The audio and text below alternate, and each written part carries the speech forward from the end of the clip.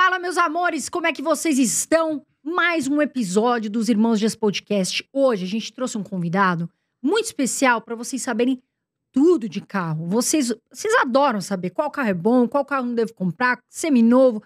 A gente trouxe tudo isso para vocês. Fica até o final do episódio que vocês vão gostar bastante. Antes de mais nada, André Dias, meu irmão maravilhoso, tá aqui. Fala, galera, bem-vindos a mais um episódio do Irmãos Dias Podcast. Hoje aqui o nosso convidado, Alex Ruffo. Ele que tá na Jovem Pan atualmente, manja muito de automobilismo, de automóveis, né? Teve aí boa parte da sua vida cobrindo a Fórmula 1. Então a gente vai falar aqui sobre a vida dele, sobre o contato com Ayrton Senna, com os pilotos da Fórmula 1, com os carros. Vamos falar também, né, dos melhores carros, gasolina, combustível, tudo que você precisa saber para comprar um carro seminovo. Hoje a gente trouxe aqui o Alex Ruffo para falar com a gente. Alex, bem-vindo.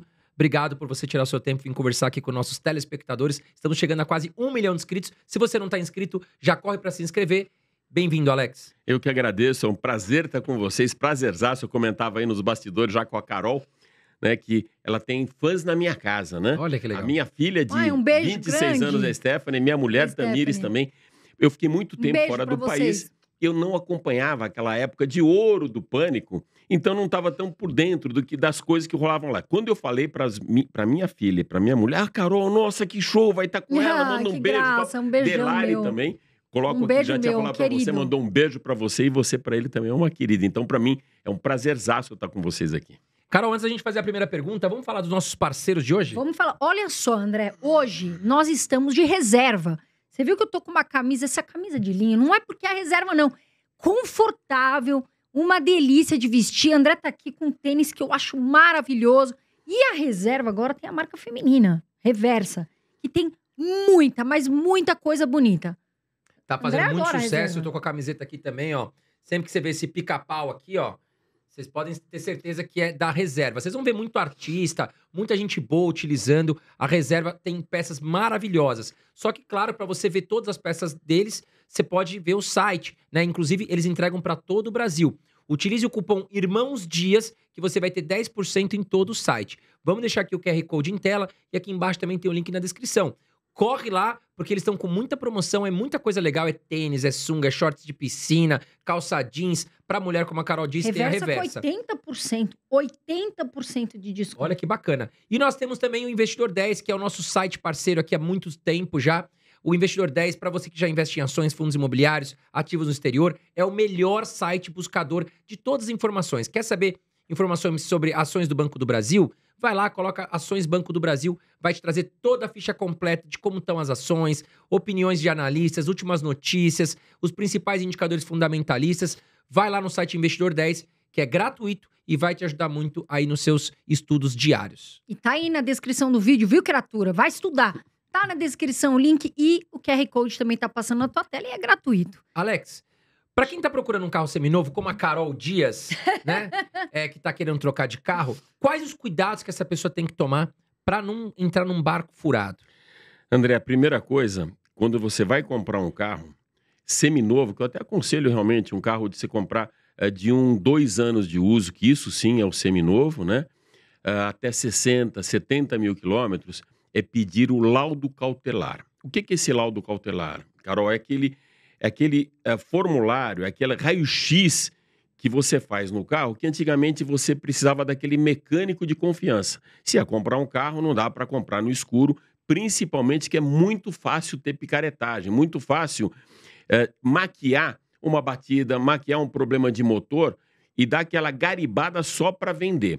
Quando existe esse laudo cautelar, existem empresas oficiais e credenciadas para dar esse laudo cautelar. Eles fazem uma análise se o carro já foi batido, a documentação também, que é muito importante. Quantas vezes a gente escutou um cara comprar um carro, estava no nome de terceiro, ou tinha não sei quanto de multa, e isso estava maquiado porque o cara lá de Araçatuba, de Sorocaba, amigo dele, do Detran local, deu uma escondida nas coisas. O laudo cautelar mostra tudo isso. Então, não só avaria no carro, se ele já teve algum sinistro, faz essa busca também de seguradoras. O próprio seguro, hoje ele só faz um seguro, uma empresa grande como uma Porto Seguro, por exemplo, se tiver o laudo cautelar. Então a coisa mais importante é se ter esse raio-x do carro, para de maneira muito cristalina, funcionar tanto a venda quanto a compra, você saber exatamente o que você está comprando. O carro até pode ter tido uma avaria, ele pode até ter sofrido uma batida, mas isso já deprecia o valor. Então o cara pode falar, olha, esse carro já teve uma batida, já foi roubado alguma vez e por isso estou te dando um desconto, porque isso fica registrado no laudo cautelar. Então essa é a primeira coisa. A outra coisa, eu comentei até com um menino que estava ali nos bastidores, trabalha junto com o Leonardo, que esteve com vocês aqui,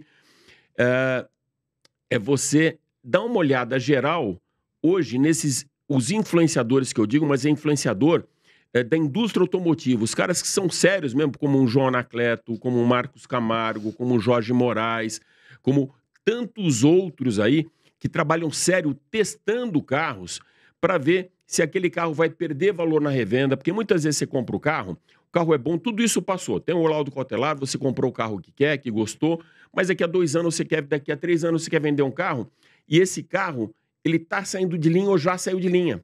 Ele vai perder muito valor no mercado, você vai ficar decepcionado e você não vai ter aquele valor de entrada que você queria para ir para um outro patamar ou para um outro veículo. E os aplicativos também de compra.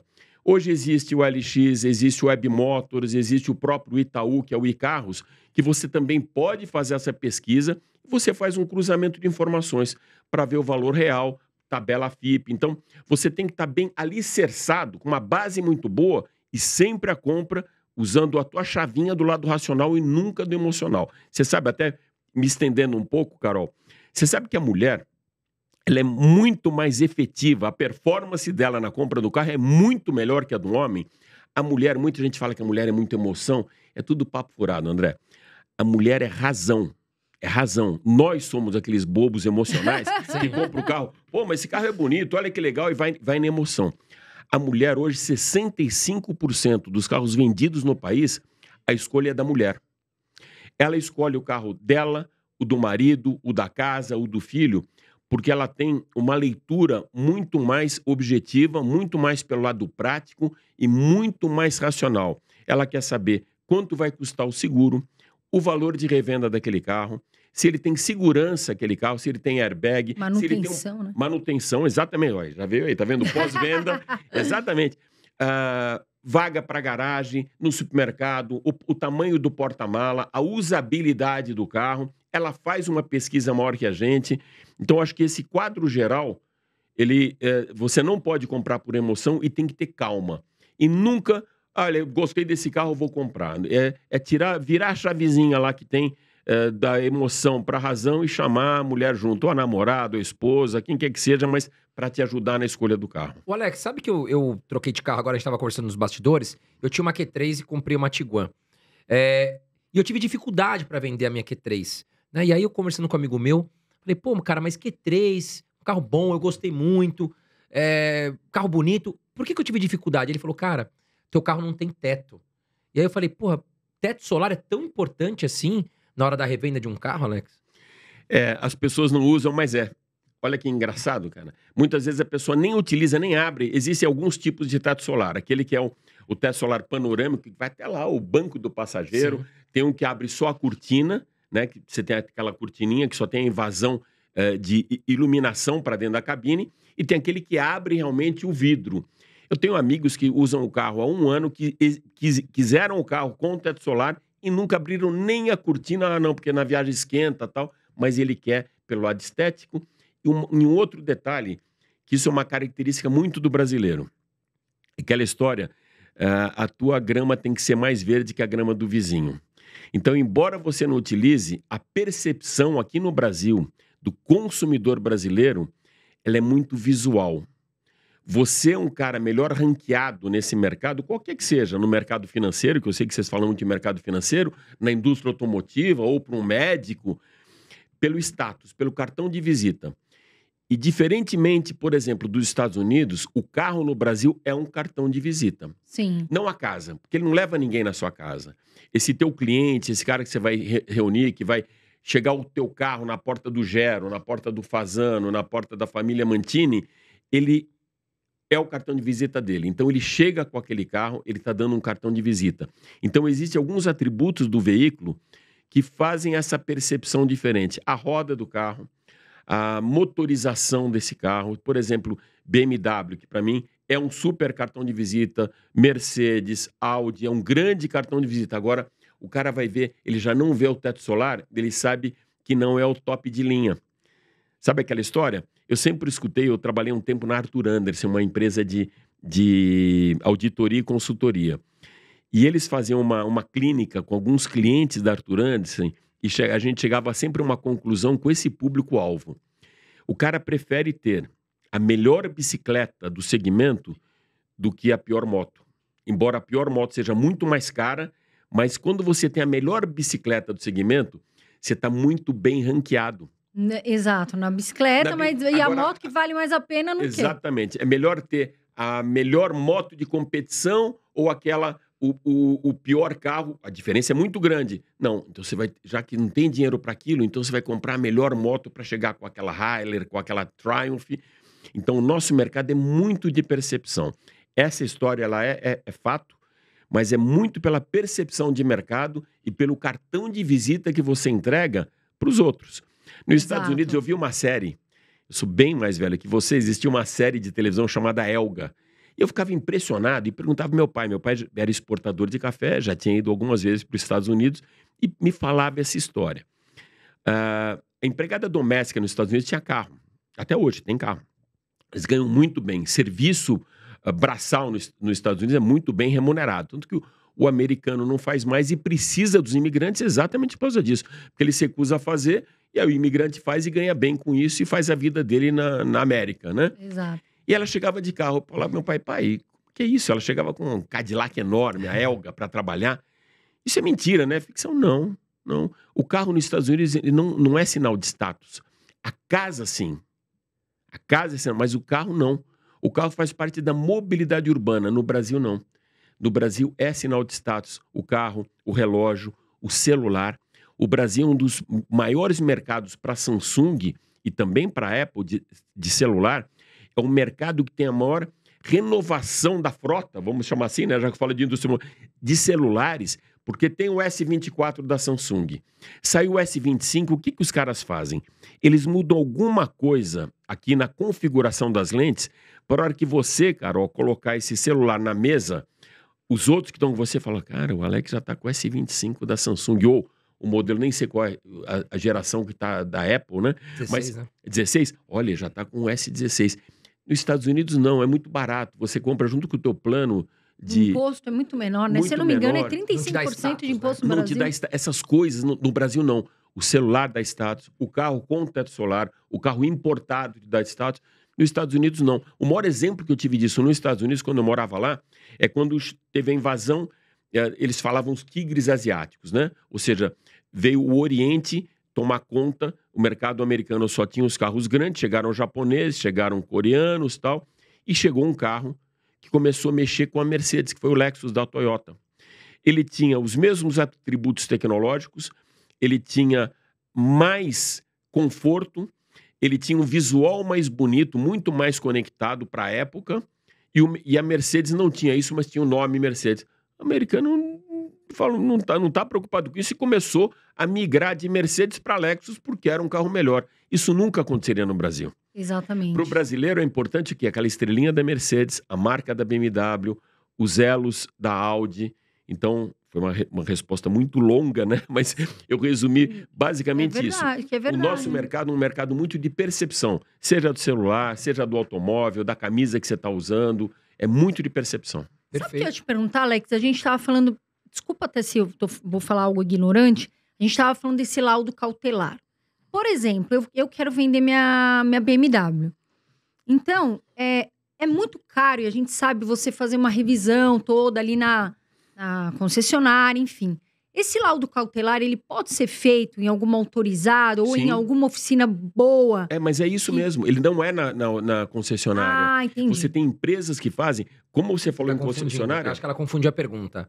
Eu acho que eu entendi o que você quis dizer. O laudo cautelar, ele não é feito na concessionária. Ele é feito por empresas que têm autorização. Credenciadas. O que ela quer dizer é a revisão do carro. Isso, se vale pra a pena vender. você fazer Vale a pena. só na concessionária Sim. ou em Isso. outra oficina. As revisões obrigatórias, sim. Porque isso, inclusive, consta do laudo cautelar. Ah, entendi. Por conta da garantia.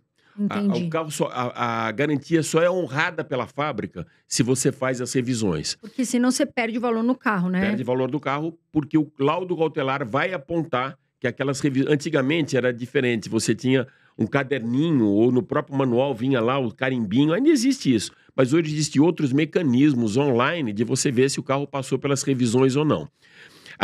Aquelas primeiras revisões são ditas como obrigatórias enquanto durar a garantia de fábrica.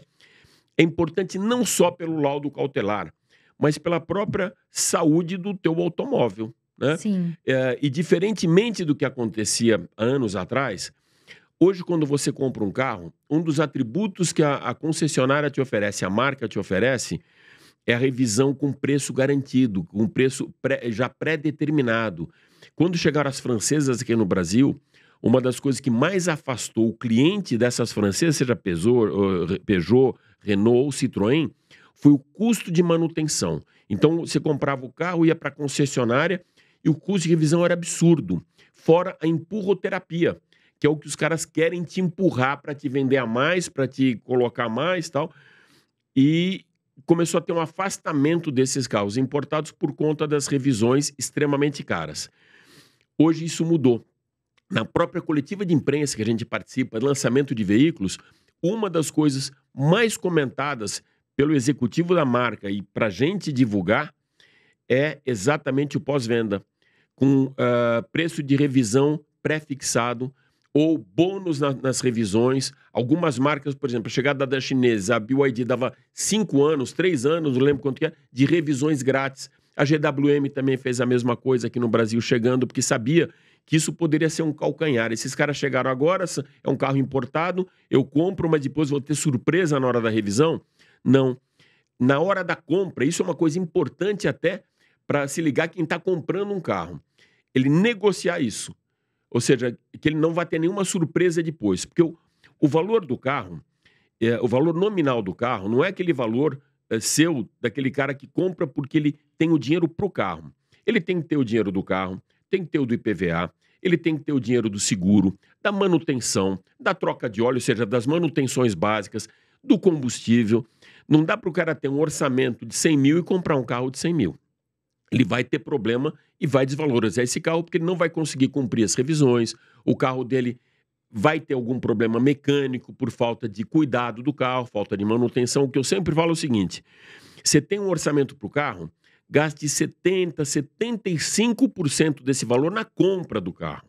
Deixa uma reserva para esse resto, para você ter o IPVA, para você ter a seguradora, para você se garantir e não ter uma surpresa maior depois, que vai ser ou um valor a mais que você vai pagar ou uma depreciação maior do teu bem. Sim. Né? Com certeza. Mas, de novo, é muito importante cumprir essas revisões e o laudo cautelar, ele não é feito pela concessionária, ele é feito por empresas credenciadas oficiais, que você encontra a lista disso. Eu ganhei um grande aliado aqui, que foi o ChatGPT. Impressionante. Cara, Agora eu também vou fazer isso para eu saber. Mas sabe que eu fiz uma coisa, cara? Eu fiz um teste. Coisas que eu tenho conhecimento. Por exemplo, automóvel, automobilismo e tal. Eu fiz perguntas onde eu já sabia a resposta para o ChatGPT. E é muito fiel ao que você comenta. Então, eu, por exemplo, de laudo cautelar, eu aconselho as pessoas, ou existe um do Google também que descobri ontem com um amigo, também um sistema de AI, né, de inteligência artificial, que também o cara tem respostas óbvias. Então, hoje, com essa globalização e com essa conexão que a gente tem com informação e com database, só se você quiser você é enganado. Vai atrás de informação, faça pesquisa, compre de maneira racional, né? E não por impulso. Essa é a maior dica que eu dou na hora da compra de um veículo. Agora, Alex, quais carros você diria para ficar longe, que não é um bom negócio? Por exemplo, eu vou te dar um exemplo. O Boris Feldman teve aqui, ele falou da Range Rover e da Land Rover, que ele considera ficar longe pela questão da manutenção muito alta, que pode ter problemas no futuro. Quais carros você, ou até se você concorda com ele, você diria para ficar mais longe? Então, primeiro eu vou fazer uma réplica aqui, né? E dar uma continuidade comentando do Boris, que é um mestre, né? Eu tenho alguma dúvida e eu pergunto pro Boris. Então, assim, ele o cara é fera. Não, o cara é fera. É fera. e um cara que eu realmente respeito muito aí. Muito radical em algumas coisas, né? Ele fala... Eu acho que é um pouco até de teatro, Boris, quando você fala detesto SUVs, né? Tem um pouco de... o sedã. Eu também adoro sedã, gosto de SUV, mas detesto SUV. Eu acho que aí é um pouco de marketing dele falar que detesta SUV. Mas, de qualquer maneira, vou dar um exemplo do que ele falou da Land Rover, Range Rover. Eu sempre fui fã de carros ingleses. E eu sempre fui parceiro em vários negócios dentro de pista com Emerson Fittipaldi. Então, fiz com ele uma boa parte da temporada nos Estados Unidos, ele da Fórmula Indy, acompanhei. Não fui assessor, mas fotografava para ele durante muitos anos. Sempre foi um grande amigo, até hoje é um grande amigo. E a minha paixão é um carro chamado Aston Martin DB5, que é um carro que não cabe no meu bolso. É um carro absurdo. Um carrão, aquele né? de 1963, que apareceu pela primeira vez no James Bond, Goldfinger. É uma coisa de memória afetiva, né? De eu ver aquele carro e falar, não, esse é o carro que eu gostaria de ter. E falei com ele disso, né? De carros ingleses. Gostava também do Mini, mas aquele Mini do Mr. Bean, não esse Mini novo, que já é motor alemão, BMW e tal, né? Não, aquele Mini Cooper, não, carros maravilhosos. E falei para ele, falou, Alex, sabe aquela história de quando você tem um barco, você tem duas grandes emoções, quando você compra e quando você vende? O carro inglês é muito ruim. A mecânica dos carros ingleses dá muito problema. Isso acontece com Land Rover, com Range Rover. Então, o que o Boris falou realmente é verdade. Manutenção é cara, dá problema. Carro inglês dá muito problema. Se for para elencar outros carros, eu não diria marcas ou carros para você fugir. Hoje, o mercado está muito unificado. Por exemplo, você tinha antigamente uma Fiat, tudo separado. Uma Fiat, uma Chrysler, uma Peugeot, uma Citroën. Hoje faz parte de um grupo chamado Stellantis, onde você tem, embaixo desse guarda-chuva, você tem a Fiat, você tem a Jeep, você tem a Ram, né, que para mim é um carro espetacular, uma picape maravilhosa. Você tem... Só é difícil de estacionar. Não, então. Não dá para ter em São Paulo. Não dá.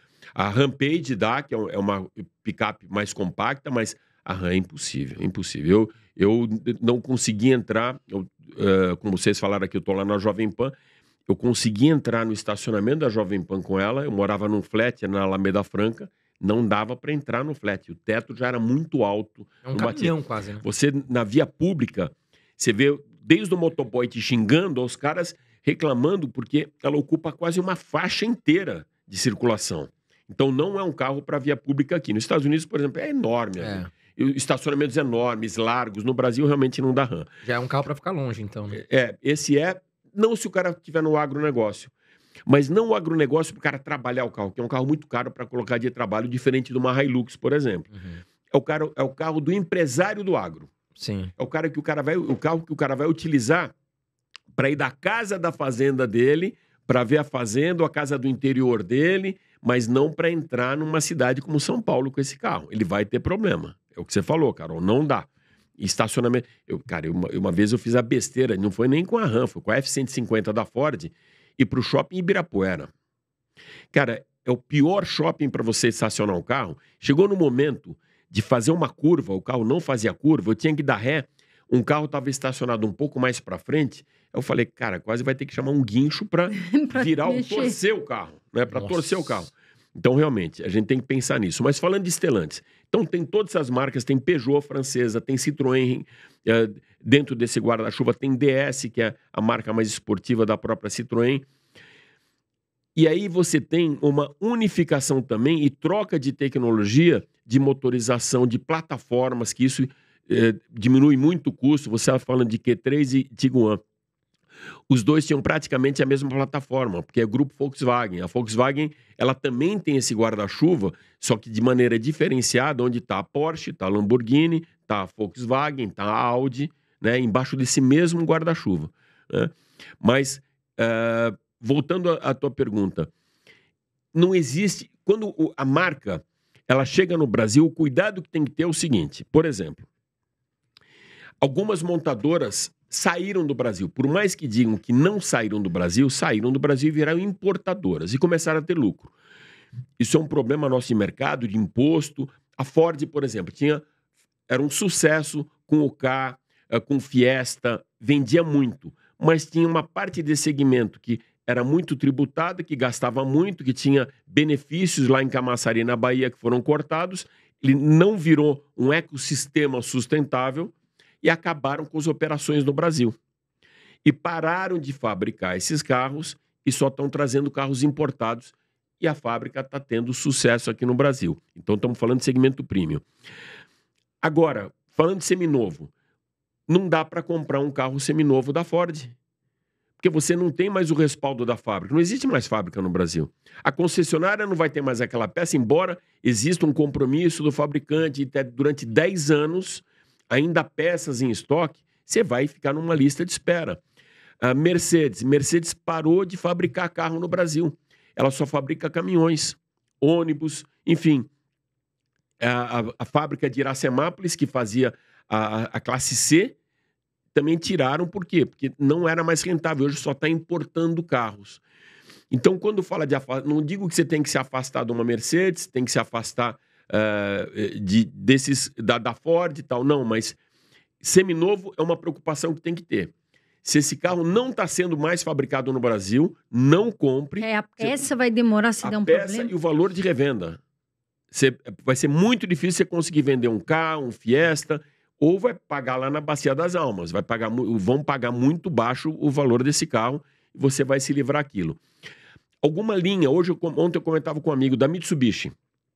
A gente comentou isso. Olha, esse carro é um cara que adora quem compra, mas casa com o carro Lancer da Mitsubishi. Porque o purista é um excelente carro, mas o purista é pouco. Na nossa pirâmide de venda, é a ponta da pirâmide, aquele carro o cara que entende de carro, que está ligado naquele torque, na motorização, não se preocupa tanto se o carro é bom, mas sim a construção do carro, mecânica e tal. Cara, isso é poesia. Então, aquele cara que compra o carro para casar com o carro. Então, é o caso do Mitsubishi Lancer. Então, existem alguns carros no mercado que você foge, mas às vezes não é nem pela falta de qualidade dele. É pelo valor de mercado que você vai ter no futuro e ter uma surpresa na hora da revenda. Sim. E outros, porque você não vai ter o respaldo e a confiabilidade da fábrica ou da concessionária, porque esse produto já foi descontinuado. Eu já vi muita sacanagem aqui no mercado, e sacanagens bravas, por exemplo, de os caras fazerem isso, uma puta sacanagem com o consumidor. E deveria ter uma lei punitiva para isso. Uma marca, por exemplo, fazer uma oferta, uma promoção grande num carro, setembro, outubro e novembro, Black Friday, aí faz uma promoção de 25%, de 20% numa linha de produto específica, e chega em janeiro, avisa que aquele carro não será mais fabricado. Sacanagem isso. Um carro, quando não vai ser mais fabricado, a decisão é tomada 1 a 2 anos antes. Um carro, quando vai ser lançado, a decisão daquele carro que a gente viu hoje, esse projeto começa 3 anos atrás, 4 anos atrás, da prancheta. Então, não existe uma decisão tomada em cima da... né? Imagina, isso é planejamento estratégico. Então, quando uma marca faz um negócio desse, de fazer uma promoção para vender um carro, impulsionar as pessoas a comprarem, imagina, Carol, você compra o carro X bolinha 03, super feliz, olha que preço de mercado. Aí 2 meses depois você viu que aquele carro não vai ser mais fabricado, o valor do teu carro já despencou. E para você achar peça também, para você precisar de manutenção. No começo ainda consegue um pouquinho, mas você sabe que o cara que for comprar teu carro já não vai ter isso. Ele não tem um modelo mais. Essa é a grande sacanagem. Então, eu acho que no Brasil faltam leis regulatórias para o consumidor que a gente não tem. Eu converso muito com o Fernando Capês, lá da própria Jovem Pan, ele apresenta um programa, ele já foi o presidente do Copom e de tantos outros órgãos. Ele mesmo fala isso, que precisa ser revista uma série de leis regulatórias, né, para dar mais... E ficam fazendo isso, mas é aquela coisa do brasileiro. O brasileiro sempre encontra alguma coisa que não está na lei, mas ele consegue dali uma derivação que, embora não esteja no livro, aquilo vai ser falta de ética com o consumidor. Então estão sempre se atualizando dessas histórias aí para você não ficar numa roubada. Agora, se a gente fosse falar, vamos falar assim, né? Carros que são medianos, né, para a população. Quais carros você gosta? Marcas, enfim, porque assim, não falando de um carro, né, muito alto, né, um Porsche, porque a gente sabe que Tomara carro que dá um pra dia a você gente investir. tenha. O carro Mas de 100 a carros- 200 mil reais. Isso, um carro porque- que seja assim mais viável. Então, quando a gente fala de... É até ridículo, né? Eu participei um dia com a Paulinha, que você conhece lá do Morning Show, quando ela ainda estava no Morning Show, e ela deu uma gargalhada, isso faz uns 3 anos, quando ela e o Paulo Matias, ele apresentava o Morning Show, me perguntaram de carros de entrada e tal. Eu comecei a falar, porque pra gente, a gente nem pensa mais, a gente já absorveu, já foi contaminado pelos valores e fala normalmente, né? É aquela história de você falar de um Porsche de 700, 750 mil, o texto mas o outro é bem mais caro e tal, mas já tá. Agora, a hora que você põe a mão no bolso, cara, pagar 700 mil num carro é diferente. Então eu tô falando para um público que não está acostumado com valores e falo para Paulinha que o nosso carro de entrada estava custando, era um Kwid da Renault, custava 72, 75 mil, que era o carro mais barato do Brasil, mas para você ter um carro mínimo decente, que era um Onix Plus, um Onix um pouquinho, 100 e 110 mil. Ela deu um grito nisso e falou, o quê? Se você comprar um carro de entrada que tem um pouquinho mais, não é luxo, eu vou gastar 100 mil reais, é 100 mil reais. Então, quando eu falo essa faixa de 100, é o básico, não existe O pessoal carro... toma até um susto, né? De tão Que caro, é muito né? dinheiro, 100 mil reais num Pra carro é muito população brasileira dinheiro. que tem um salário mínimo de R$ 1.500 é muita grana. Exatamente, porque não adianta fazer a conta, André, como muita gente faz. Mas o carro nos Estados Unidos é o mesmo. Alguns carros nos Estados Unidos têm um preço. Não, peraí. O poder aquisitivo deles é 5 vezes mais que o nosso. Então, se o carro for o mesmo preço, o nosso é 5 vezes mais caro.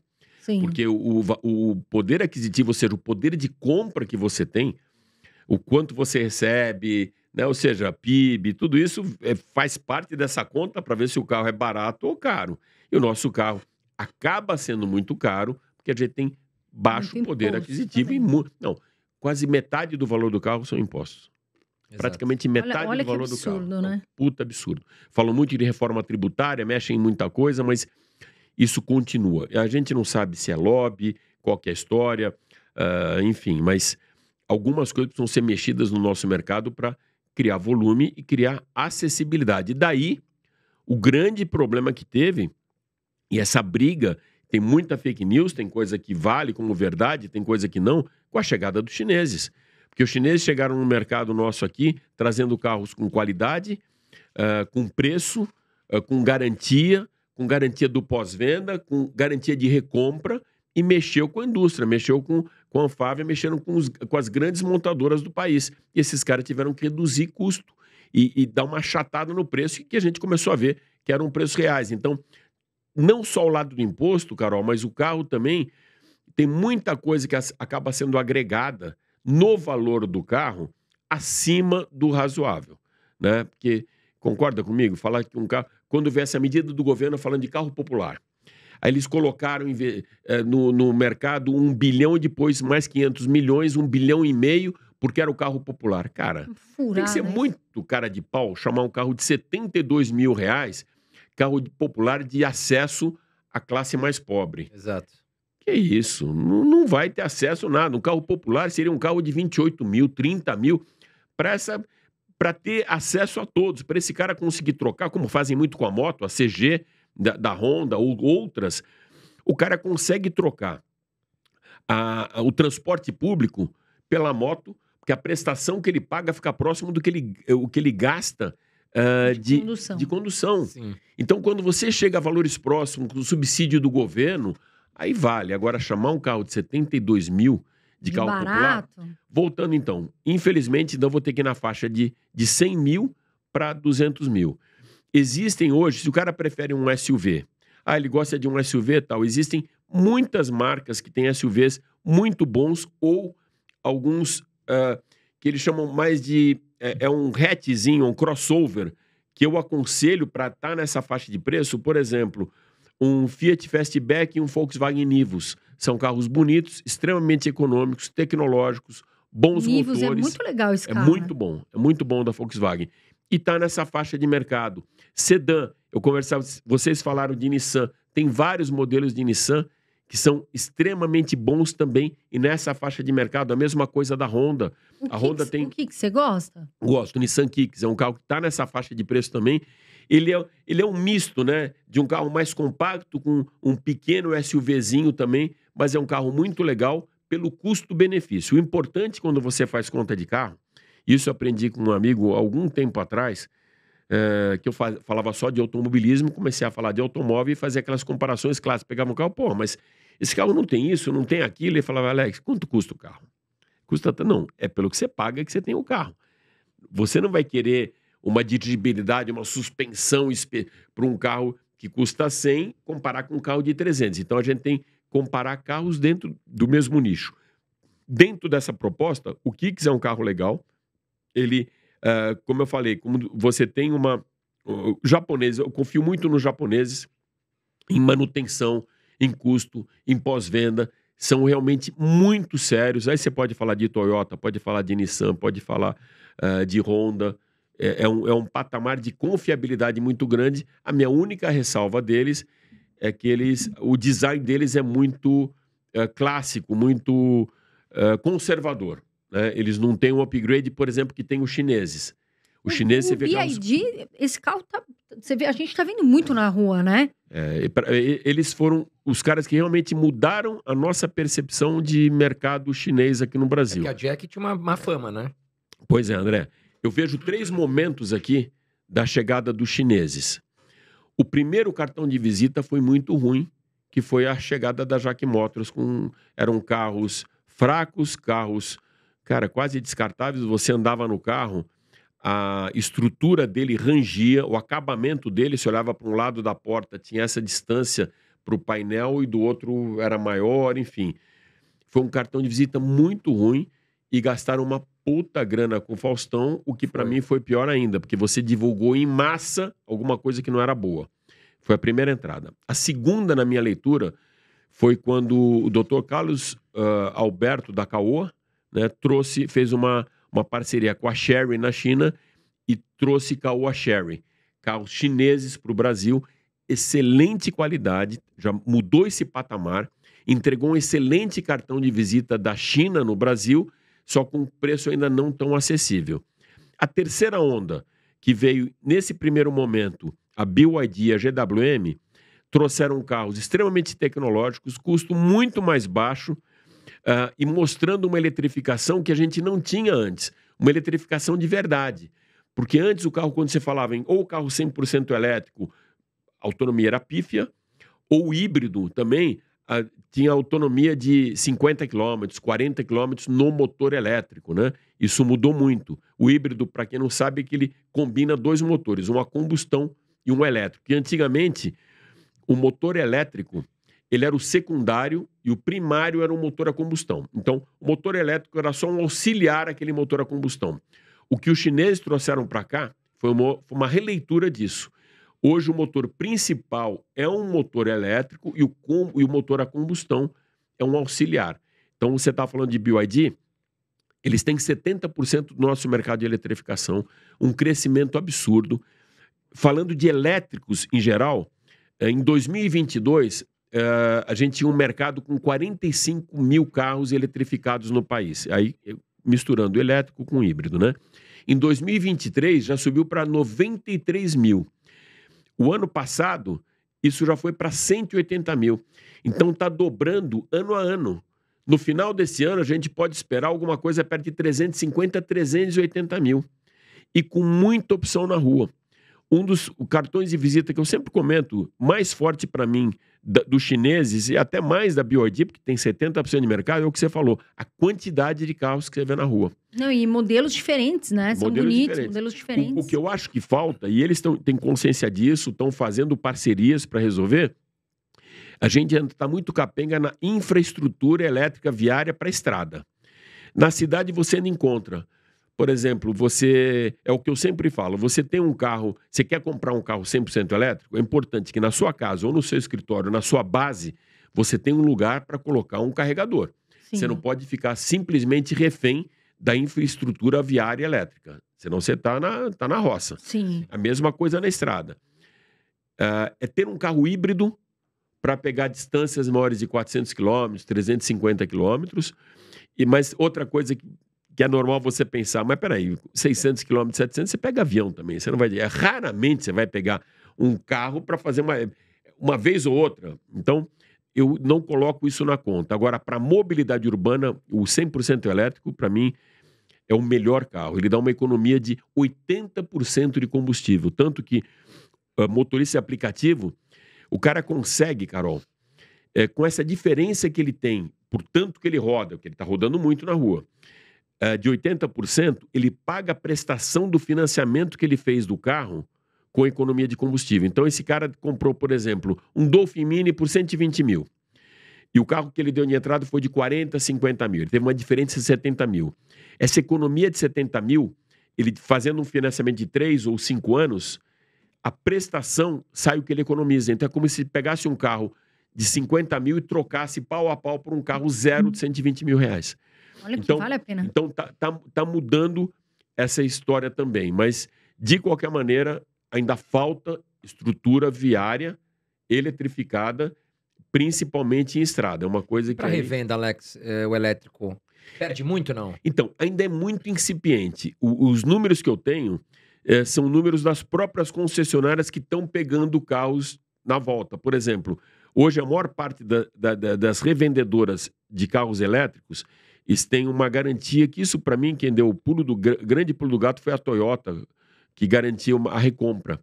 Os caras não confiavam tanto por isso que os caras são líderes de mercado, global, né, com o Toyota Corolla. Mas o Boris bate muito neles, né? O Toyota Cross, ele tem pesadelo. Ele tem histórias espetaculares. Tem um lado Corolla que eu acho Cross, que... lado, mas eu acho espetacular. O Boris é realmente um showman, né?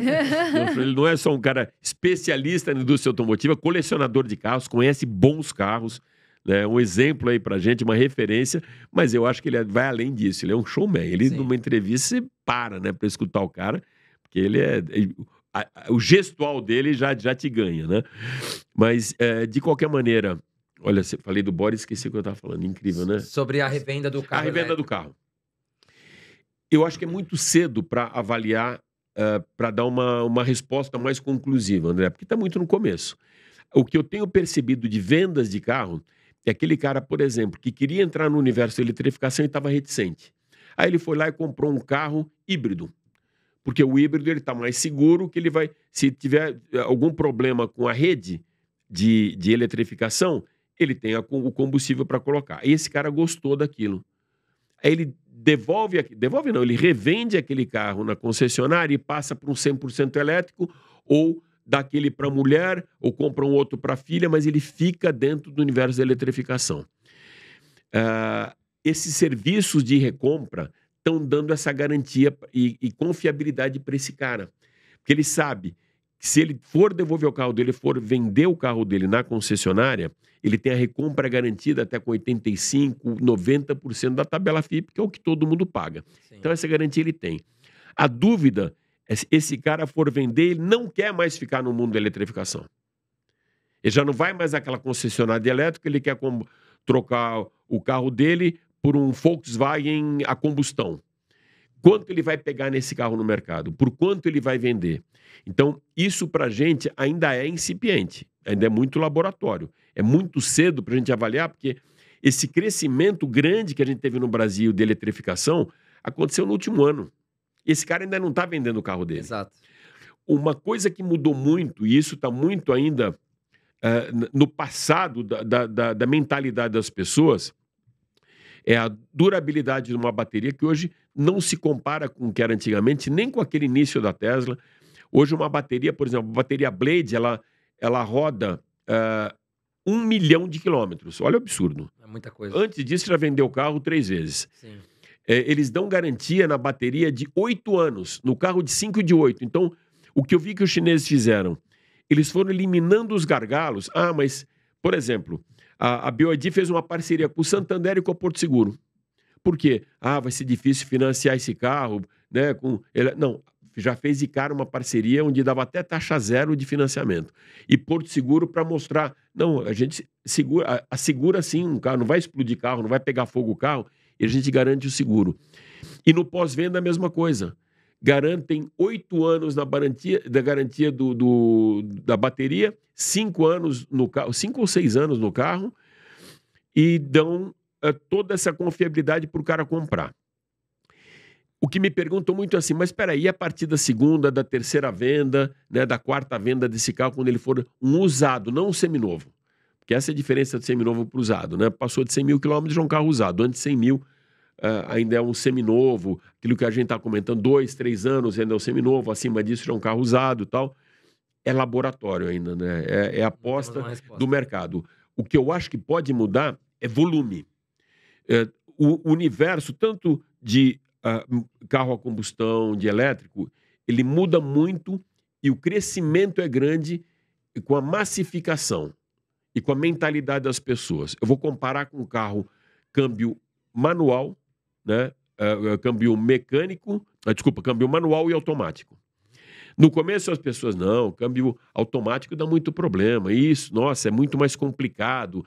Se o meu carro acaba o combustível ou dá um problema na bateria, não tem como pegar ele no tranco. Claro que não tem, né? Você não pode deixar acabar a bateria, né?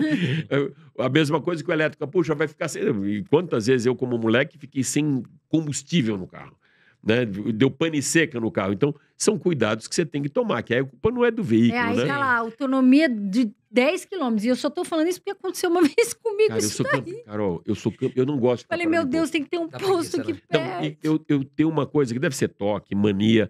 Eu não gosto de fugir muito do meu trajeto. Eu estabeleci, sair daqui até minha casa. Se a minha mulher me ligar, dá pra você dar uma passada na padaria, já mudou o meu humor.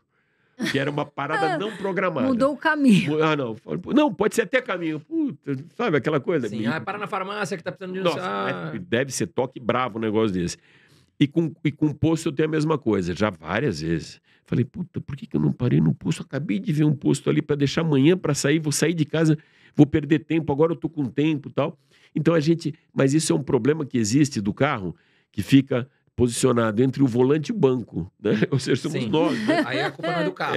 De consciência, de mentalidade, de nosso protocolo, nossa rotina e tal. Mas eu acho que assim, tem muita coisa para mudar, mas principalmente com o volume. Eu acho que essa evolução que está tendo, eu estou comparando mais ou menos como que era mesmo. Eu, quando era moleque, ia comprar um carro, tinha uma coisa chamada de trio elétrico. O trio elétrico era o carro ter vidro elétrico, e não era, ou seja, era um luxo você ter um vidro elétrico, era maçaneta.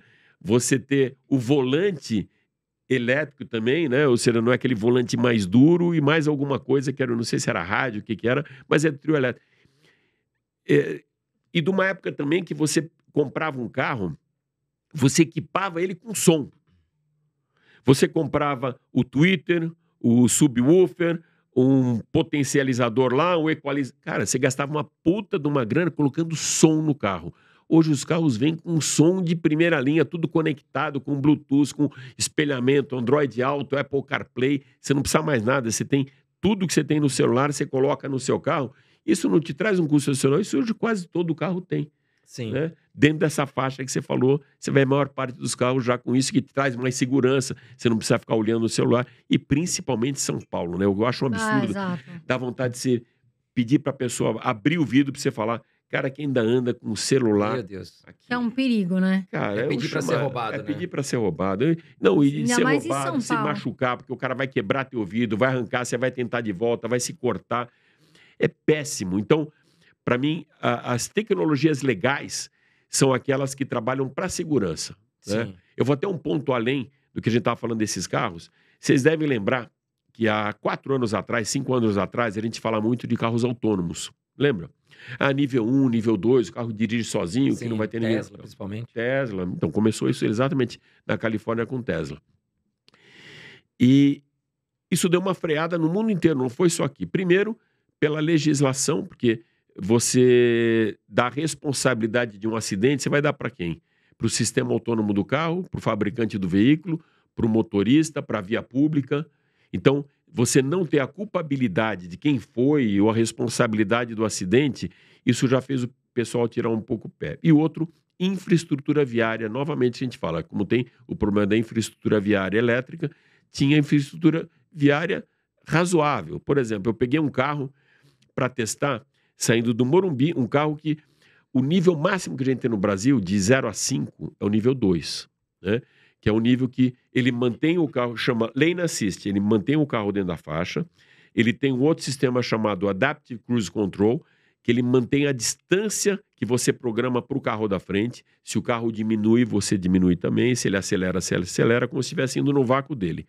E o Emergency Brake, que ele freia se aparece algum objeto em rota de colisão. Então isso a gente tem no Brasil. E tudo isso hoje faz parte de um sistema chamado ADAS, que a maior parte dos carros tem, que é para proporcionar segurança. Essa tecnologia embarcada, quando trabalha para segurança, cara, nota 10.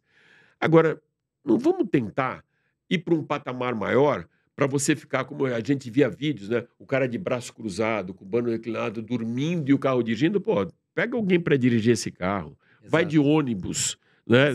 Mas não... Vai pagar para ver, né? Isso era muita poesia. E em São Paulo eu peguei esse carro para testar, que não era 3, mas era 2.5. Um carro que você tirava a mão do volante. Ele fazia tudo sozinho, desde que você estivesse olhando para frente. Ele tem uma câmerazinha, tanto que ele não veio para o Brasil, era só para teste mesmo. Ele tem uma câmerazinha no volante que ele percebe, Carol, se você está olhando para frente ou não. Se eu virar para o lado, conversar com um amigo, com a minha mulher, e voltar para cá e continuar conversando, não tem problema algum. Se eu permanecer de lado e não voltar em 5, 10 segundos olhar para frente, mesmo sem a mão no volante, você pode ficar sem a mão no volante, ele dá um alarme e pede para você retomar a direção. Se você não retomar, ele desliga o sistema e fala, agora está na tua mão, a gente não vai mais brincar disso, que você não é um cara responsável, você tem que olhar para frente. Eu peguei esse carro. Ele deu uma freada brusca enorme quando estava na frente do Shopping Eldorado, porque um motoqueiro entrou na minha frente e ele entendeu aquilo como rota de colisão. O alemão que fabricou aquele carro não projetou para motoboy cruzando à sua frente. Eu passei para outra pista e falei, puxa, mas é que essa pista lateral ainda tem motociclista. A outra não tem, né? Aquela principal via expressa não tem. Então fui para a via expressa. Ele passou a não entender aquela plaquinha de 60 e 90, porque está na mesma faixa uma plaquinha que fala 60 veículos lentos, 90 veículos rápidos. Só que está na mesma faixa. Então ele lia 60 e 90 e não entendia e devolvia o carro para mim. E por último, a falta de sinalização de faixas. O cara fez um recapeamento na pista e, de repente, ali não tinha mais uma faixa. Ele não entende o que é a faixa para ele andar e devolve. Então, a gente não... E acabou com essa história. Ninguém mais falou de carro autônomo. Então, para mim, o carro autônomo que vale para a gente é aquele que é utilizado com tecnologia para segurança, que é o que a gente tem hoje aqui no Brasil. Agora, Alex, a gente falou muito sobre a BYD e carros elétricos, né? Por que o Elon Musk com a Tesla, né? A Tesla não vem forte para o Brasil? Eu também não sei. O que eu sei, assim, existe uma concessionária no interior, não sei se Ribeirão Preto, onde é, mas que não tem a garantia da fábrica. Eu sei que existia, pelo menos a gente via isso, né? Uma ligação muito forte do Elon Musk, por exemplo, de fazer negócios no Brasil enquanto estava o Bolsonaro no poder.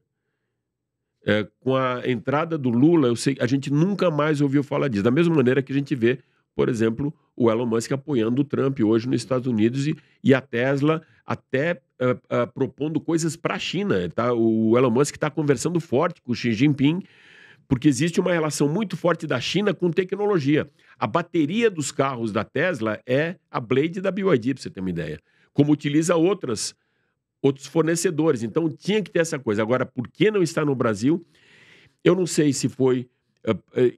ele não confiou no nosso mercado, ou seja, para ter carros tecnológicos como o que ele tem. O mais forte dele é a direção autônoma. Não tem condição de você ter um carro com direção autônoma em São Paulo ou nos principais centros urbanos. E a eletrificação dos chineses é muito mais barato, esse carro, do que o carro dos Estados Unidos. Tanto que Estados Unidos e Alemanha já estão começando a criar ferramentas para barrar a chegada dos chineses, para não mexer no mercado interno deles. Estão barrando mesmo, estão criando impostos. A gente aqui no Brasil teve uma situação extremamente curiosa e ficou claro isso, que foi pressão dos grandes contra os chineses. No governo da Dilma, ela isentou os carros elétricos por conta de inovar alto, coisa mais sustentável, desde que você trouxesse tecnologia para o país, isentando o imposto de carros eletrificados, importados eletrificados. Agora, no governo Lula, voltou esse imposto de 35%. Olha o absurdo. Mas ficou claro que foi uma pressão grande das grandes montadoras do Brasil que se sentiram ameaçadas dentro do nosso mercado pela chegada dos chineses para tentar barrar, conter essa... Pô, imagina, cara, 35% de imposto. É muito. É muito. E aí vem uma lei que eu achei pior ainda, né? Eu acho que foi... eu acho que foi o Tarcísio, que foi até convidado de vocês aqui, que eu vi, né? Já veio, o governador já veio aqui, que vai, por exemplo, diminuir a taxação para os híbridos, mas não vai diminuir por 100% elétricos. Para mim foi um contrassenso. O 100% elétrico, ele é emissão zero. O híbrido ainda tem um pouco, é bem menos, né? Mas tem emissão. Então, eu vejo algumas decisões aqui no Brasil que assustam os caras de fora. Eu participei de um processo, estava junto com os caras, via como que era. Por exemplo, quando uma montadora... Mas eu até me lembro, Alex, do Tarcísio ter comentado algo aqui do tipo... Da Bahia. De que é porque nós temos montadoras aqui que fazem. E aí ele estaria beneficiando as empresas locais. Eu acho que era alguma coisa assim, eu não lembro. Não, chegou a comentar. Ele não citou a empresa, mas ficou na cara que foi contra a BYD.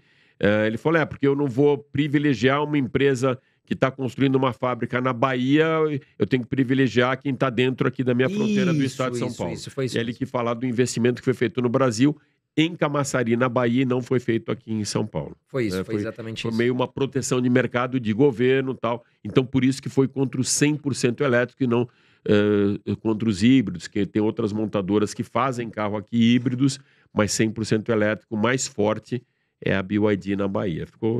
Foi isso mesmo. E essa questão, porque assim, né, tem muito gasolina aditivada, faz diferença ou não? Por exemplo, tem lá gasolina aditivada, diesel. Você acha que vale a pena ter um carro a diesel e você acha que a gasolina aditivada de fato faz diferença? O diesel não vale mais a pena. A conta antigamente era muito favorável, hoje não vale mais a pena. Tanto que a maior parte das montadoras está tirando o pé da fabricação, mesmo o que era forte, que eram as caminhonetes, está tirando o pé do diesel. Todas elas. Ford, todas elas estão tirando o pé do diesel. O diesel tem mais um problema, a caminhonete diesel aqui em São Paulo, no Brasil, que é roubo, né? Esses carros, eles são... O seguro é muito maior quando é uma caminhonete diesel, porque o índice de roubo para sair pelo Mato Grosso, entrar lá para o Paraguai é muito grande, então... Mas é um outro ponto. Aditivado. Pois é. A grande vantagem do aditivado, na minha leitura, é a entrega desse combustível aditivado pela confiabilidade maior que ele tem de um combustível não aditivado. Quando o caminhão-tanque chega no posto de combustível, ele entrega um combustível que é muito fácil, se não tiver idoneidade do posto, da bandeira, de ser adulterado e colocar mais água ou mais etanol para baratear o custo para o dono do posto. Sim. Quando você fala do aditivado, isso não dá para fazer. O controle é muito mais rígido. Então, a vantagem, na minha leitura, que é diferente de antigamente, por exemplo, meu pai tinha um Impala 59, comprou nos Estados Unidos, trouxe para o Brasil, só usava gasolina azul, porque era altíssima octanagem, senão batia pino. Já ouviram falar isso? Não. Não, isso... Então, não é muito longe da época de vocês. Que é quando o ciclo ele não fica tão sincronizado e acaba batendo pino e tal, por falta de confiabilidade do nosso combustível. Então, tinha gasolina amarela e tinha gasolina azul, que era essa premium total, altíssima octanagem, que só servia para os carros importados. Hoje, os carros importados, quando vêm para cá, eles vêm já preparados para qualquer tipo de combustível, mas recomenda-se aditivado. O aditivado, ele não entrega, como falam, vai gerar mais potência, não tem. Ele tem um índice de confiabilidade melhor e tem maior octanagem, mas isso não quer refletir que ele vai andar mais, que vai acelerar mais forte, que o carro vai ficar mais potente. Para mim, a leitura do aditivado é em cima de confiabilidade do combustível e não ter uma mistura ali que possa causar um dano no motor. Até o Bode já conversou várias vezes que é uma grande papagaiada o cara comprar o aditivo, que é a empurroterapia de posto de combustível, né? E te vender um aditivo para colocar no combustível, um aditivo para colocar... ele falou até, né? Não lembro que ele falou que é um produto específico que coloca no motor, que é aquele nome de produto. Então, mas assim, é muita... Uma coisa que também, quando me perguntam, eu comento, o posto de combustível é um lugar para você fazer o básico. O que é esse básico? É você colocar o combustível, você colocar água se tiver faltando, por exemplo, a aguinha do limpador de para-brisa, a água de arrefecimento do motor, é calibrar pneu, ponto.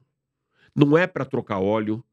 Não, trocar óleo, eles sobem lá o negocinho, não E entendo faz nada. da maneira que quiser e vai mostrar. Olha, a minha mulher levou um susto, tive que chamar a polícia para ir no posto. Um amigo, liguei para um delegado amigo, mandou uma tropa lá de elite para devolver o dinheiro para ela e tirar o óleo.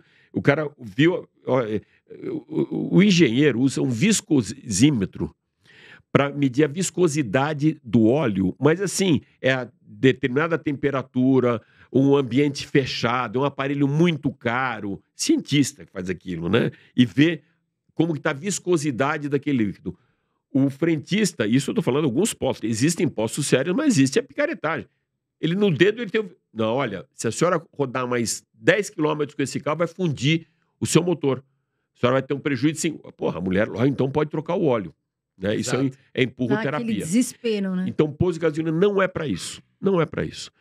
Isso é uma oficina mecânica de confiança, é uma concessionária, mas o posto não é lugar para fazer troca de combustível. Ah, não, então vamos acrescentar mais. Esse cara que acrescentou, ele não sabe qual é a especificação do óleo daquele motor, que é especificado e está dentro do manual, ou tem ali, mas ele quer vender, ele tem uma comissão maior se ele vender o óleo sintético de alguma marca. É aquele que vai empurrar.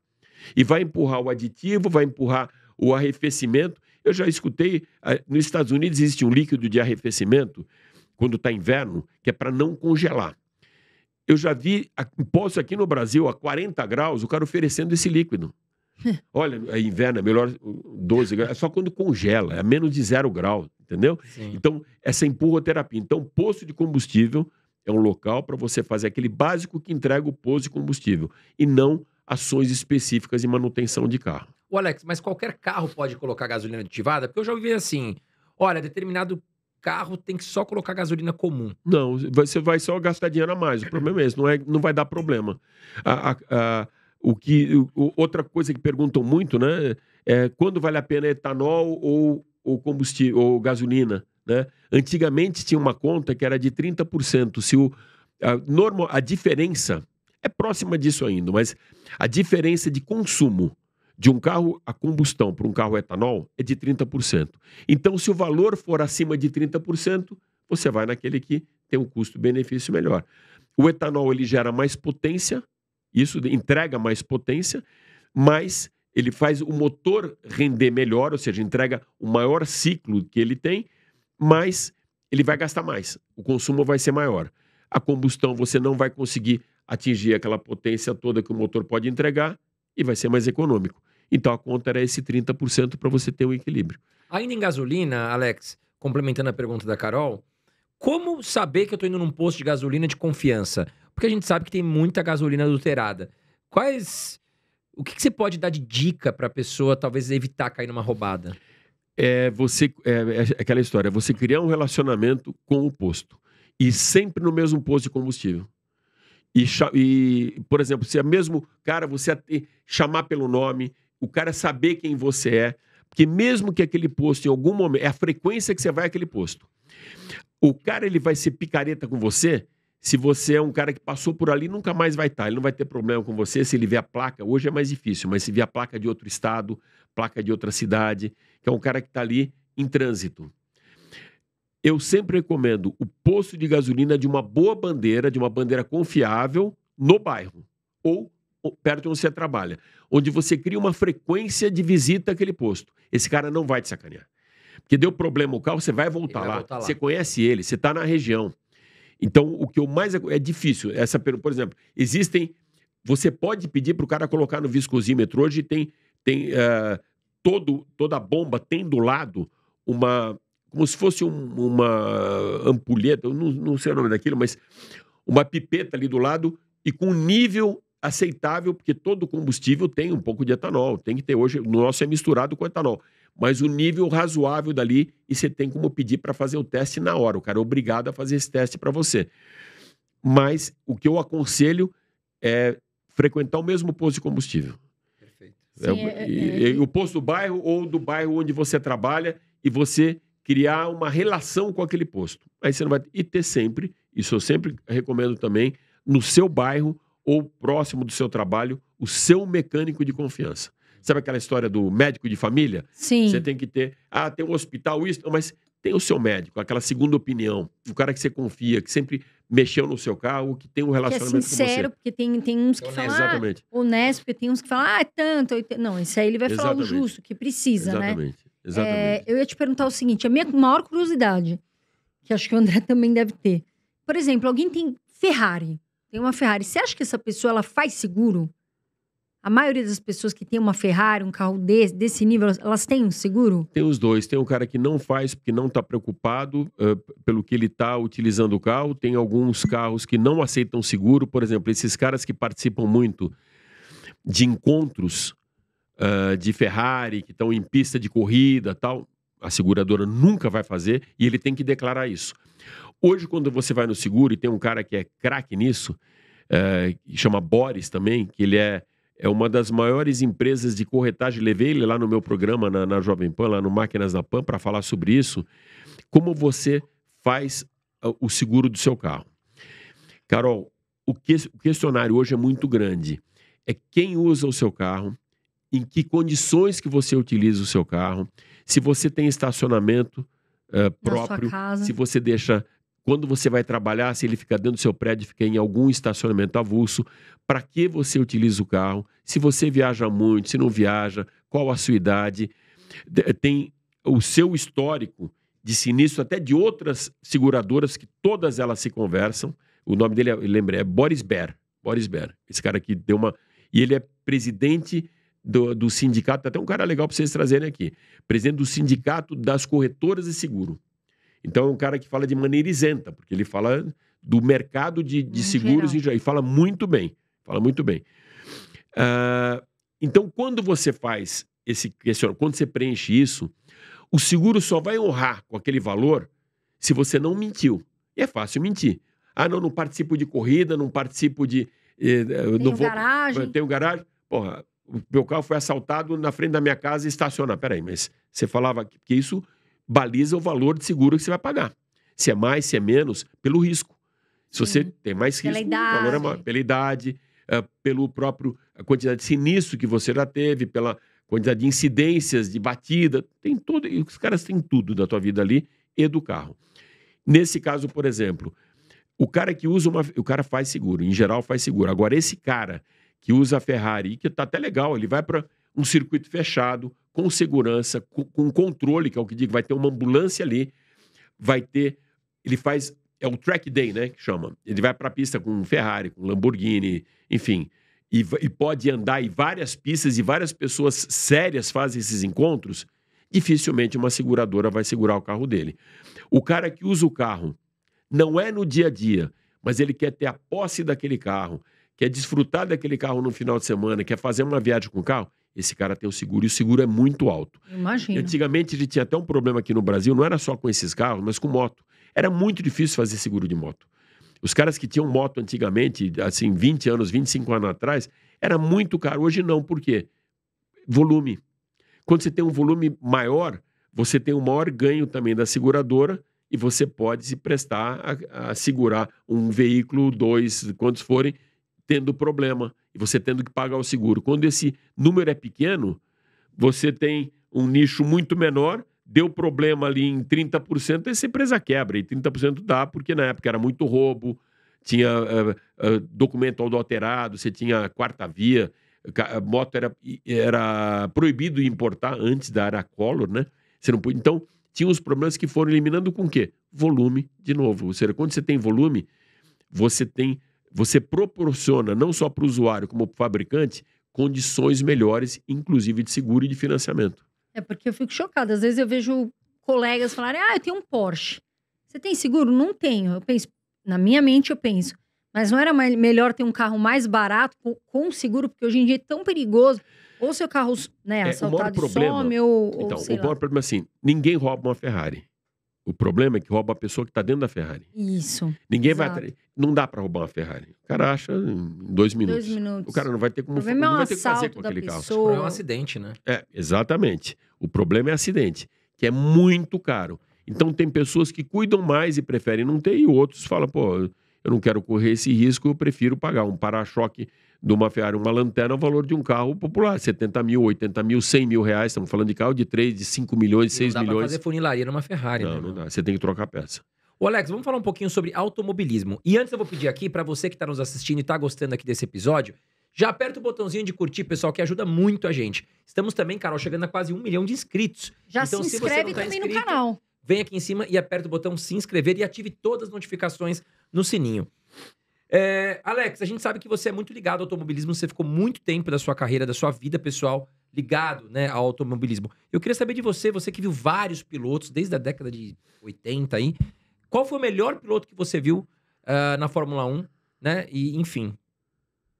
É uma resposta bem polêmica, porque eu já apanhei por isso, já fui ovacionado por isso, existem muitas, mesmo dos meus colegas de época, né, que eu cobri Fórmula 1 desde 86, ou seja, eu fui para as pistas fazer todas as temporadas de praticamente 15 anos, de 86 a 99, em todos os circuitos. Foram mais de 225 provas como fotógrafo.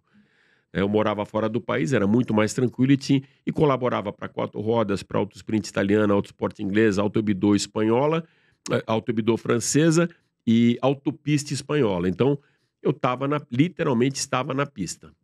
Para mim foi o Ayrton. Muita gente, chovendo molhado, é fácil falar que foi o Ayrton, mas para mim foi o Ayrton. Alguns colegas até não acham que o Ayrton tenha sido o melhor de todos, mas concordam que ele foi o mais rápido. Para mim, o Ayrton foi o melhor, era o cara mais determinado, assim, ele reunia algumas coisas dentro do setup dele e coisas que eu vi na pista acontecendo que o colocavam na minha leitura como o melhor de todos, o cara mais completo. Se top 3, Alex, quem seria o top 3? Primeiro, Senna, quem seria o segundo e o terceiro aí? Olha, eu fico muito na dúvida hoje, porque é difícil você comparar um cara atrás do volante com carros tão diferentes. É muito difícil, porque a tecnologia que você tinha embarcada num carro dos anos 70, dos anos 80 é muito diferente da que você tem hoje, né? Mas para mim eu colocaria... Cara, é difícil. Top 3 pode ser 5? Pode. Sem ser na ordem, tá? O primeiro eu coloco Senna e os outros 4 e tal. Niki Lauda, Schumacher, Hamilton. Eu não gosto do cara, mas talvez seja esse... Não vou colocar. Não coloco ainda o Verstappen nessa lista. Emerson Fittipaldi não entra? Não. O Emerson foi... O Emerson, para mim, a grande... Cara, o grande asset do Emerson foi ter sido o desbravador, o cara que abriu a porta para todo mundo, o cara que em 1970 já estava lá numa Lotus, já vencendo, já dando o campeonato para Johan Rindt, em 72 foi campeão, por isso que a gente tem até hoje GP Brasil aqui, foi campeão em 74, foi para a Indy, foi campeão 2 vezes as 500 milhas de Indianápolis, só 3 caras foram campeões mundiais de Fórmula 1 das 500 milhas de Indianápolis e do campeonato da Indy, que foi Jacques Villeneuve, que é meu afilhado, né? Eu sou padrinho do Jacques, o Emerson e o Mário Andretti. Então o Emerson tem um ponto assim, ó, o concurso, o próprio Piquet, que é super ácido, com uma série de... Fala que, cara, o Emerson tem um valor absurdo, que ele que abriu a porta para todo mundo. Imagina Brasil, o que era Brasil numa Inglaterra, que formava, principalmente Inglaterra, ou seja, falando de Reino Unido, de Grã-Bretanha, Jim Clark, Jack Stewart, só essas feras, só caras muito grandes lá, e chegar um brasileiro lá com um carro e ter abrir, literalmente ele abriu a porta para todo mundo. Mas eu colocaria Schumacher, Hamilton, Niki Lauda e talvez... então, a minha dúvida é o Ayrton em primeiro, aí fora dos outros 4, e talvez o Alain Prost. Eu ia falar o Verstappen, mas eu acho que é muito cedo ainda. A diferença hoje tecnológica do carro da Red Bull é muito grande. Claro, ele é um excelente, não dá para dizer que é um excelente piloto, basta ver o que ele fez e o que o Sérgio Pérez fez. Basta ver um Alonso numa equipe que para mim até pouco tempo atrás era o melhor cara no grid e não conseguiu andar com a equipe esse ano, a equipe de Lance Stroll, né? Ou seja, não andou, porque o carro faz muita diferença. Uma vez perguntando para o Emerson, ele me falou, olha... antigamente era 70% o homem e 30% a máquina, hoje é o contrário. Só que mesmo esse 30% do homem, né, e 70% da máquina, o cara para estar num grid da Fórmula 1 ele tem que ser muito bom. Tem que ser muito bom. Então, a diferença deles é nada, é na mão, mas muito pouco. Ele fala, pô, esse cara é uma merda. Ele, porra, ficou 0,08 segundos. Muito pouco, né? Ficou em terceiro, Cara, é Só de muito... estar lá já é difícil, Carol, né? Então, A assim... diferença é milésimo de segundo. A diferença é muito, muito, muito pequena e são todos caras muito bons para estarem no grid da Fórmula 1. Gênios, para mim, tiveram poucos. Para mim, de novo, o Niki Lauda foi um gênio, Emerson, à sua maneira, foi um gênio, o Piquet, outro, o Ayrton, outro, Prost, outro, aí tem Niki Lauda, tem Hunt, já não. O Hunt era longe de ser gênio. Prost, eu não sei se colocaria nessa... Mansell nunca. Mansell era muito forte, mas a cabeça dele era muito ruim. Eu vejo até a carreira do Verstappen muito parecido no início com o Mansell. O carro bom andava muito forte, batia, quebrava, rodava. O Mansell nunca amadureceu. O Verstappen amadureceu na pista e se tornou aí tetracampeão por conta disso. Como que era a sua relação? Assim, acho que o Ayrton Senna é um ídolo por várias coisas, né? Pelo menos é um dos maiores ídolos que a gente tem, se não o maior.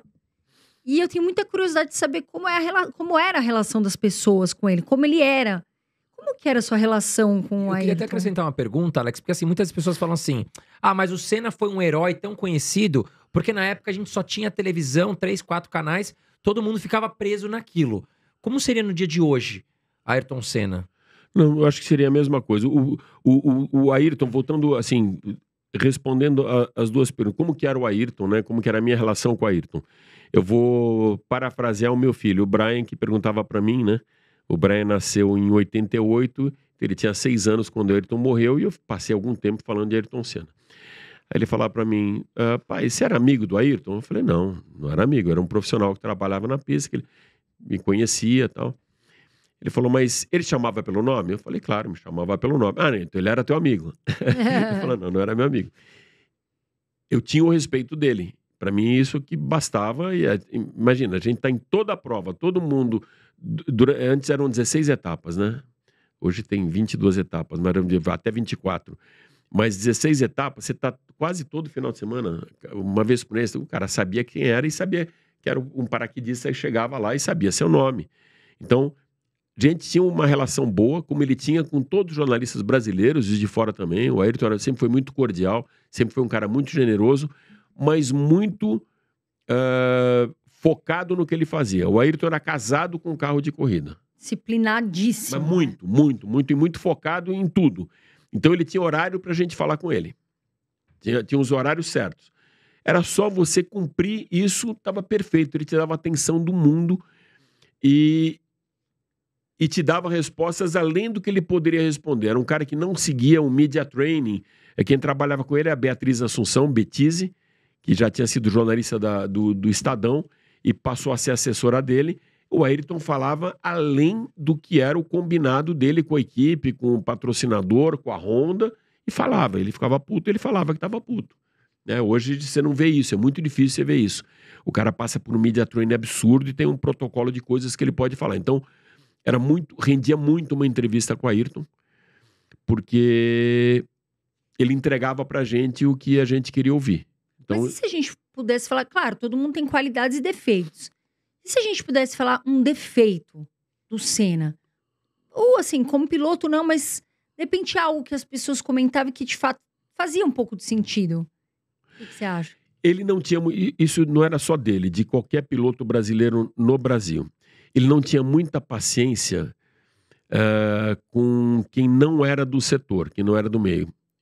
Eu explico. Por exemplo, o Nelson, então, era campeão de não ter paciência com nada disso. Você está cobrindo o circuito inteiro. Ele está te vendo lá o tempo inteiro. Ele sabe que você é do meio e sabe que você vai fazer perguntas que interessam para o seu veículo, seja Folha de São Paulo, seja Estadão, enfim, né? Nilson César na Jovem Pan na época, Éder Luiz e Edgar Melo Filho na Bandeirantes, ia todo mundo para lá. Era uma época que iam 12 brasileiros cobrir todas as etapas. Nunca aconteceu isso na vida e parou de acontecer. Hoje não tem nada. Hoje a própria Rede Globo, a Bandeirantes, manda a Mariana Becker e um cinegrafista e acabou. Né? São duas, o resto fica tudo off-tube, tudo trabalhando desse lado aqui. Mas na época não, iam todos para lá porque a audiência era muito grande. Hoje a audiência é pífia, é muito pequena. Eu nem assisto. Antes a audiência era muito grande. Você Se tivesse nessa época, você ia acordar de madrugada, como os brasileiros, para ver corrida da Eu Austrália. acordava pra ver o Senna. Austrália, Japão, hoje ninguém mais vê. Mas, enfim, quando chegava no Brasil, falar de defeito, tinha que ter um pouco de paciência a mais que o Emerson, por exemplo, tinha. Pegava um repórter que era lançado pelo veículo para lá como prêmio. Até, não, o cara não tinha mínima ideia do que acontecia no automobilismo, mas ganhava como prêmio uma credencial para cobrir o GP de Interlagos, GP de São Paulo, o GP do Brasil. E fazia aquelas perguntas absurdas, ridículas e mal preparadas, né? E aí, você venceu. E aí, como que foi a vitória? Você gostou? Você ficou feliz com a vitória? Não, fiquei triste. Pô, odiei ganhar. Pô, o Nelson respondia. O Ayrton, ele fechava um pouco tempo, mas não gostava. Ele fechava a cara e não dava. O Emerson não. O Emerson dava atenção para todo mundo, fosse o naipe que fosse. Agora, o Ayrton respeitava o fã muito e respeitava o repórter que cobria no dia a dia. E o paraquedista, ele procurava não dar atenção, porque sabia que o cara não estava preparado. O Nelson esculachava. Era diferente. Pô, você não estudou? Você não tem pergunta melhor para fazer? O Ayrton só fechava a cara. Então, a outra coisa que o Ayrton tinha, você não podia encostar no Ayrton. Qualquer um. Ele ficava muito incomodado se você encostasse nele. Imagina hoje, época de selfie. Nossa, o Marcelo, jogador do Fluminense, foi super abraçado. criticado esses tempos aí. Porque o Mano Menezes, acho que encostou nele assim. Até torcedor que já foi tirar foto com ele, abraça o Marcelo do Fluminense, ele já chegou a dar tapa, assim, filmaram. É mesmo? Falando, encosta em mim. O Ayrton fazia a mesma coisa. O Ayrton não gostava que encostasse nele. Mas e aí, como é que faz? Vai tirar foto com ele, você tem que ficar assim. Então, mas não tinha foto, né, Carol? Não tinha o celular, não tinha máquina. Era outra época. Era outra época. Por exemplo, nós, João, a primeira foto, e foi de uma imagem que eu tenho, que eu não tenho nenhuma foto com a Ayrton, tenho acho que uma foto com o Emerson, não tem nenhuma foto. Você não pedia para fazer foto, você estava ali profissional na pista, você não vai pedir foto com o só piloto. autógrafo, né? Imagina se fosse hoje, né? Igual você falou, nossa senhora. Então, e assim, mas o Ayrton dava muito autógrafo, tinha paciência com todo mundo, o Nelson não, com ninguém, o Nelson, a história Já dele... era mais duro. Mas o Nelson era muito, que eu escutei até de Antônio Fagundes já falar isso, era uma revolta por não entender o porquê da idolatria. Você deve ter passado muito por isso, Carol, de ter uma hora que fala, pô, e tem que fingir que tá tudo bem, que tá feliz, que tá... O Emílio passa por isso. Sim. As pessoas já sabem respeitar ali na Dirce, por exemplo, o momento, mas a gente tá comendo ali e vê uma filhinha ali esperando aquele momento para fazer foto com ele. Quer dizer, O Emílio, ele faz a ele é brincadeira. muito legal, mas ele é um cara meio fechado. E quando ele vai te conhecendo, aí ele te pega e tem mais intimidade. Mas ele é um cara fechado no começo. Então, mas você, por exemplo, você é uma pessoa pública. Eu escutei isso uma vez, isso do Reginaldo Leme, falando a mesma coisa, para mim, por exemplo, o que me incomoda? Que incomodava o Ayrton, incomodava o Nelson, não incomodava de novo o Emerson, não incomoda o Reginaldo, e aprendi uma coisa muito interessante com o Reginaldo. Todo o jantar que tinha, toda coisa, com pessoas que vinham de fora para falar com a gente, as perguntas eram exatamente as mesmas. E eu, às vezes, não era que era antipático, mas eu dava uma resposta mais curta, porque eu não aguentava mais responder aquela pergunta de maneira tão prolixa. Tal. Uma vez o Reginaldo me deu uma chamada, falou, Alex, está totalmente errado o que você está fazendo, você tem que dar atenção como se fosse a primeira vez que você tivesse escutado aquela pergunta. Que foi a primeira vez que aquele cara fez a pergunta para você. Você está em lugares que só você teve a oportunidade de estar. E aquele cara não teve essa oportunidade. E hoje ele está tendo um elo com aquele momento que ele gostaria de ter vivenciado. E você teve o privilégio de estar vivenciando aquele momento. Então você tem obrigação... Cara, eu tomei um esporro do Reginaldo. Faz tá muito certo. sentido. Não, tá certo. Porque às vezes você esquece. Puta, de novo. Mas não é de novo aquele Não é cara mais que uma fez pessoa, uma pergunta. É outra pessoa, então você tem que ter a mesma paciência e explicar. E eu passei a ser uma pessoa mais paciente. O Ayrton nem sempre, porque imagina o volume. Para mim tinha um volume muito grande. Mas, de qualquer maneira, eu acho que assim, muita gente achava defeito, por exemplo, eu chegar em São Paulo e o cara, saía do box dele, o único momento que ele ia até o banheiro, que cruzava o paddock, era para ir fazer xixi e voltar, todos os pilotos. Né? Você tem uma distância ali de um corredor do box até o banheiro do paddock. E naquele momento que o cara cruza, ele só vai ali fazer um xixi rápido e voltar, mas ele está conversando com o mecânico, está vendo o problema do carro, a cabeça dele está dentro do carro, está na conversa com o engenheiro, está na tomada de tempo que ele fez, está onde ele vai frear, e vem alguém conversar com ele. Em geral, os caras não dão atenção. por saber que naquele trecho do paddock, naquele momento só tem profissionais, mas aquele profissional que não cobre todas as etapas, para ele é um momento único de falar com o piloto. Porque senão a assessoria não vai marcar, ele vai participar só da coletiva, e esses caras não davam atenção. O Ayrton não dava, ninguém dava atenção.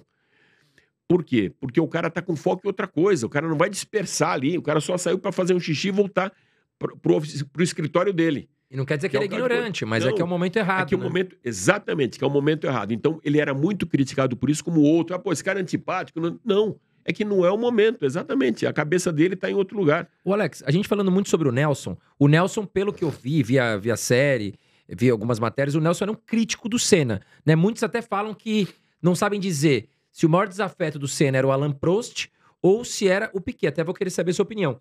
Mas uma questão que eu achei muito chamativa para te perguntar é que parece que o Piquet, em alguma entrevista, chegou a citar que o Senna ele era gay. Sim. E chegou a falar, inclusive, que o namoro com a Galisteu era fachada. Isso aí tem algum fundo de verdade nessa história? Não, essa história começou em 87, quando o Piquet foi campeão, foi tricampeão mundial. Por acaso, o Ayrton tinha se afastado, estava em Angra, não falava com a imprensa, tirou 3 meses sabáticos, né, e ficou na dele. E foram perguntar para o Ayrton, ou seja, o começo dessa história foi uma declaração do Ayrton. Foram perguntar para o Ayrton por que ele tinha se afastado da imprensa, o que acontecia. Ele falou, não, porque se eu venho a público falar com o carro que eu tô, onde eu tô, o que eu vou fazer o ano que vem, o que eu vou fazer esse ano, e ele estava na Lotus na época, foi um ano antes dele ir para a McLaren, eu vou ofuscar o tricampeonato do Nelson. Ou seja, eu vou colocar uma cortina de fumaça em cima e só vão falar de mim e ninguém vai falar do tipo assim. Ele era muito mais importante não sendo campeão do que o tricampeão mundial de Fórmula 1, Nelson Piquet, pelo momento que ele vivia na Lotus, pelo que ele estava indo para a McLaren, aquela coisa toda. O Nelson ficou puto e existia uma história de uma pessoa de confiança da família, que era o cara que estava sempre na pista junto com o Ayrton, já tinha antes ele mesmo chegar da Fórmula 1, que estava sempre carregando a pasta dele, dividia quarto junto, que era normal. Eu dividi o quarto com 5 jornalistas, a gente fazia dividir. Mas nesse caso específico, o Ayrton, quando foram fazer, claro, o repórter é sempre filho da puta, olha o que ele falou de você, sabe aquela para colocar lenha na fogueira?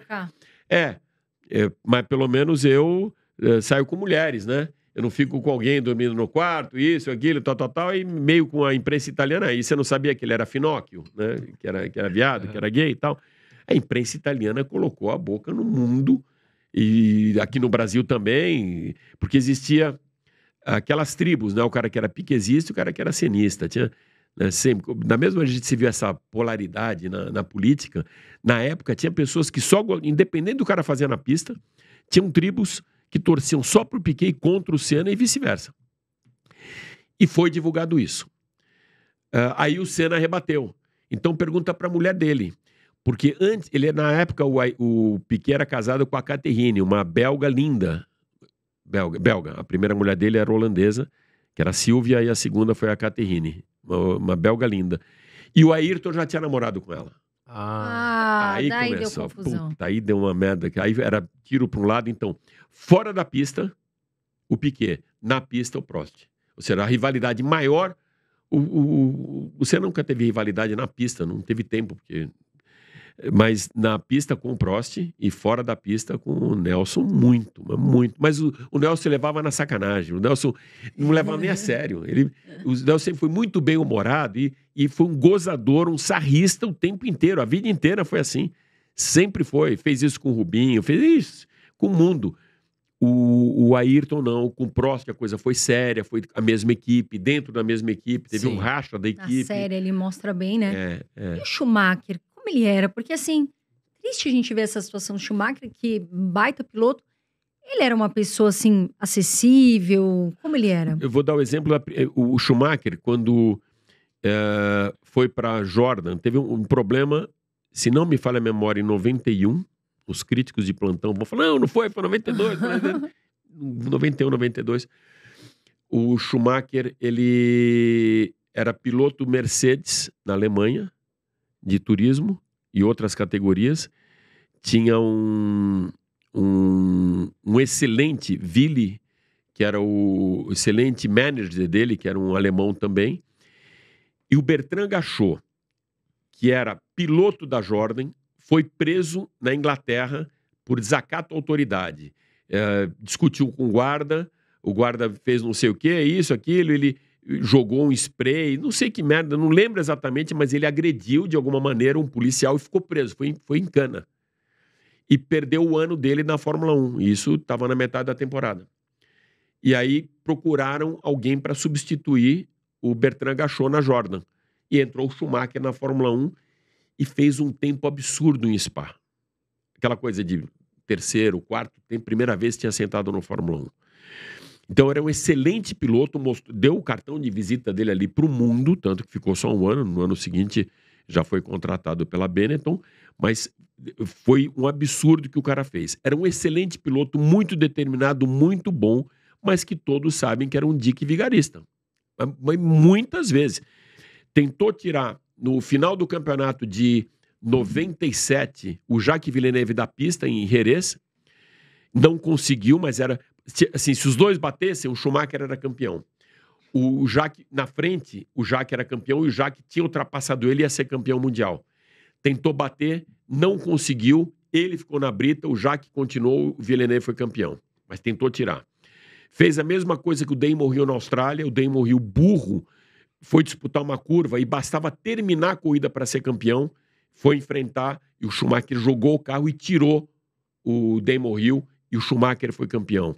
Numa classificação em Mônaco, ele com a pole position garantida, mas ia tomar tempo de outros, porque estava logo no começo, ele atravessou o carro dele logo depois da rascasse para interromper o treino e aí valia a melhor volta e ficou com o Schumacher. Então, a gente viu várias vezes esse lado dele de dique vigarista. Ele não precisava de nada disso.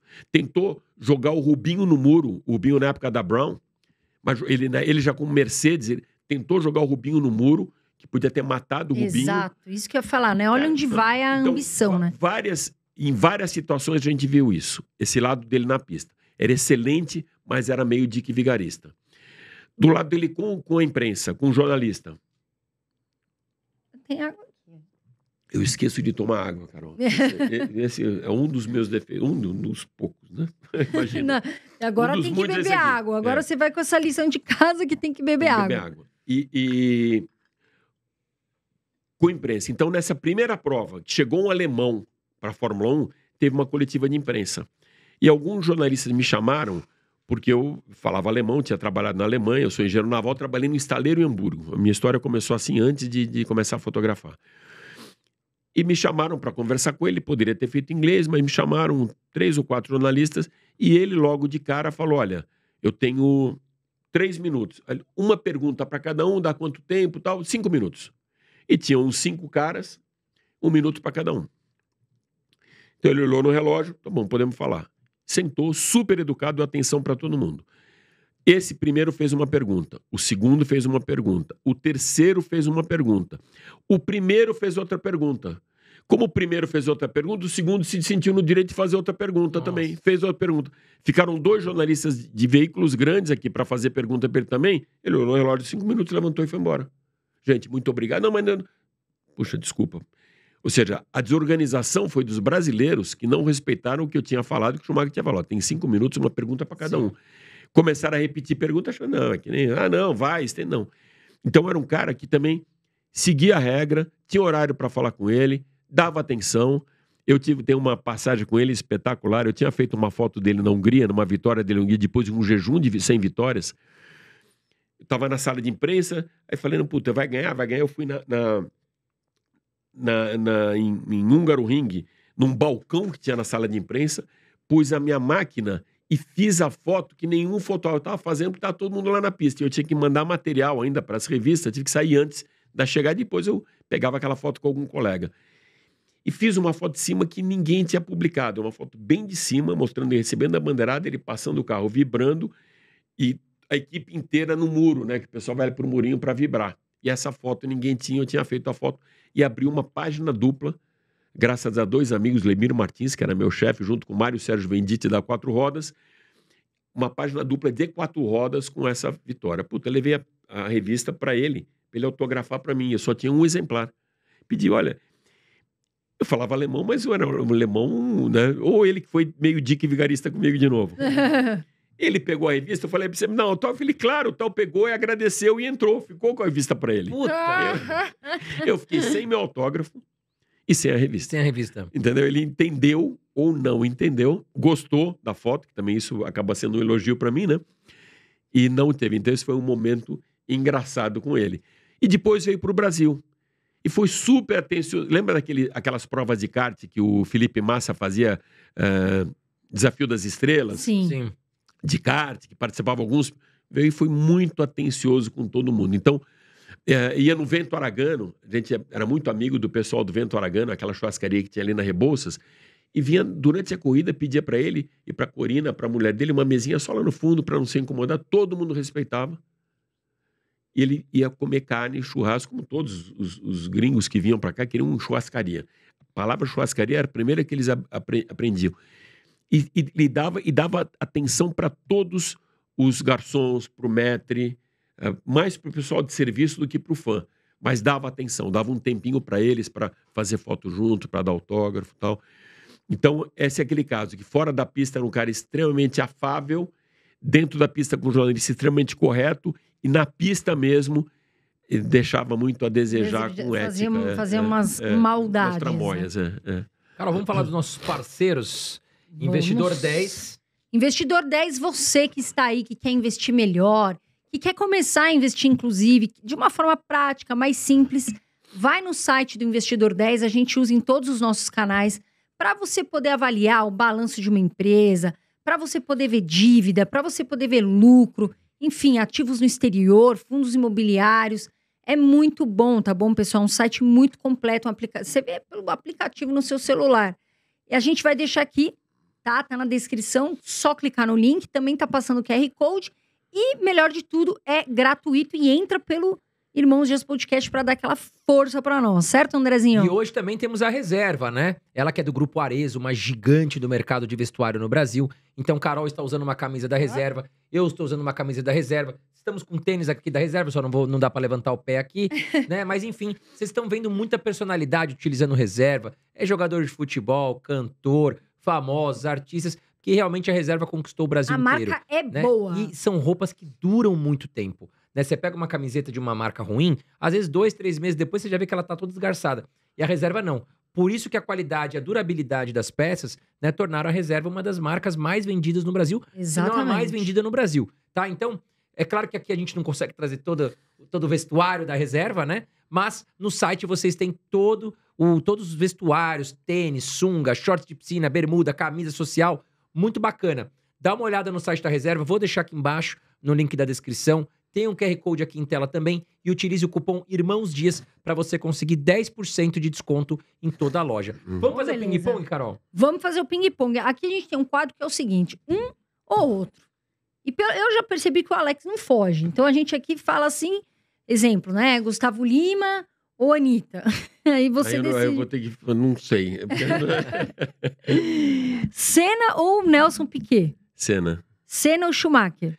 Cara, vai só ser Senna. Eu tiraria. Mas vamos pular aqui. Vamos lá. Tem Nelson Piquet ou Prost? Piquet. Prost ou Schumacher? Schumacher. Hamilton ou Schumacher? Hamilton. Nelson Piquet ou Hamilton? Hamilton. Barrichello ou Felipe Massa? Barrichello. Olha lá, tá vendo? E são nomes que a gente conhece, mas a gente aqui, a gente agora sabe um pouquinho da vida deles, como eles eram também ali na vida pessoal. O Barrichello foi um dos caras mais injustiçados pela imprensa brasileira. Impressionante. O Barrichello tem uma carreira espetacular, ímpar.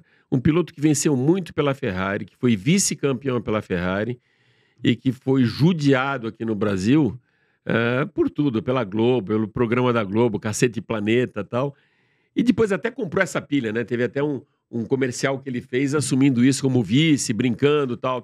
Mas, para mim, o Barrichello é excelente piloto e, por acaso, caiu com o melhor do mundo na época como companheiro de equipe, que era o Schumacher. Então, mas excelente piloto.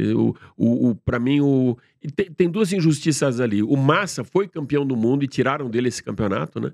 Aquela sacanagem que teve na Singapura, quando o Nelsinho Piquet bateu de propósito a pedido do Briatore para dar a vitória para o Alonso, e seria a vitória do Massa, ele com aquela vitória seria campeão do mundo. Vocês devem lembrar, no final daquela temporada, o Massa passou em Interlagos, na linha de chegada, ele ficou durante 12 segundos como campeão mundial, até o Hamilton ultrapassar, eu sempre falo o nome dele, agora esqueci, fazer uma ultrapassagem em cima de um outro piloto na subida do café e perder o título ali, porque era aquele pontinho que o Hamilton precisava, e ali foi o primeiro título do Hamilton, né?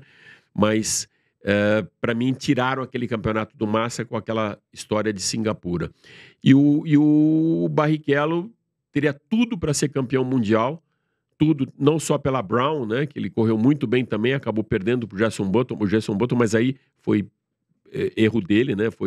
Não dá para tirar o mérito do Button, mas na Ferrari não teria condição nenhuma de ele ser campeão mundial, porque tinha história, tem até hoje. Primeiro piloto, segundo piloto, privilégio em tudo para o primeiro piloto, andava muito bem, andou muitas vezes melhor que ele, e só deu esse azar de pegar esse cara como companheiro de equipe. Mas de novo, só para falar um pouquinho de Massa e de Rubinho aí, você imagina, pilotos Ferrari, não tenho que falar de nada de nenhum dos dois. Verdade. Alex, quero te agradecer. Estamos aí 1h40 de podcast. E parece que foi 10 minutos. Parece que foi rápido. Tão bom o papo. Alex, que tirou muita dúvida aqui, até um momento épico aqui, de a gente relembrar automobilismo, Ayrton Senna, Schumacher, Prost. Quero te agradecer, você tirar o seu tempo e conversar com a gente. Tenho certeza que o público gostou muito. Aonde te encontrar, Alex, nas suas mídias que você está falando hoje? Pois é, no Instagram, Alex Ruffo, com 2 Fs, né? JP, de Jovem Pan, Alex Ruffo JP.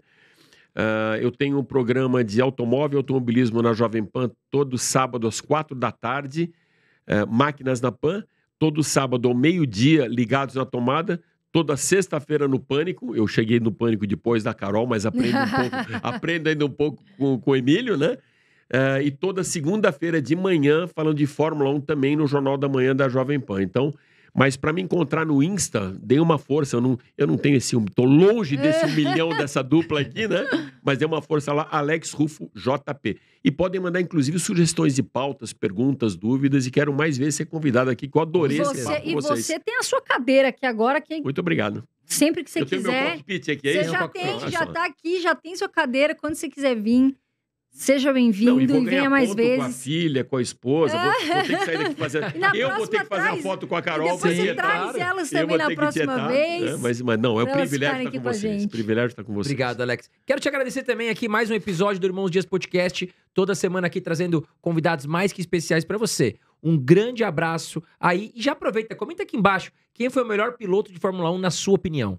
Quem foi o melhor piloto da Fórmula 1? Comenta aqui embaixo com a gente. Pessoal, da minha parte, um beijo pra vocês, fiquem com Deus e até o próximo episódio.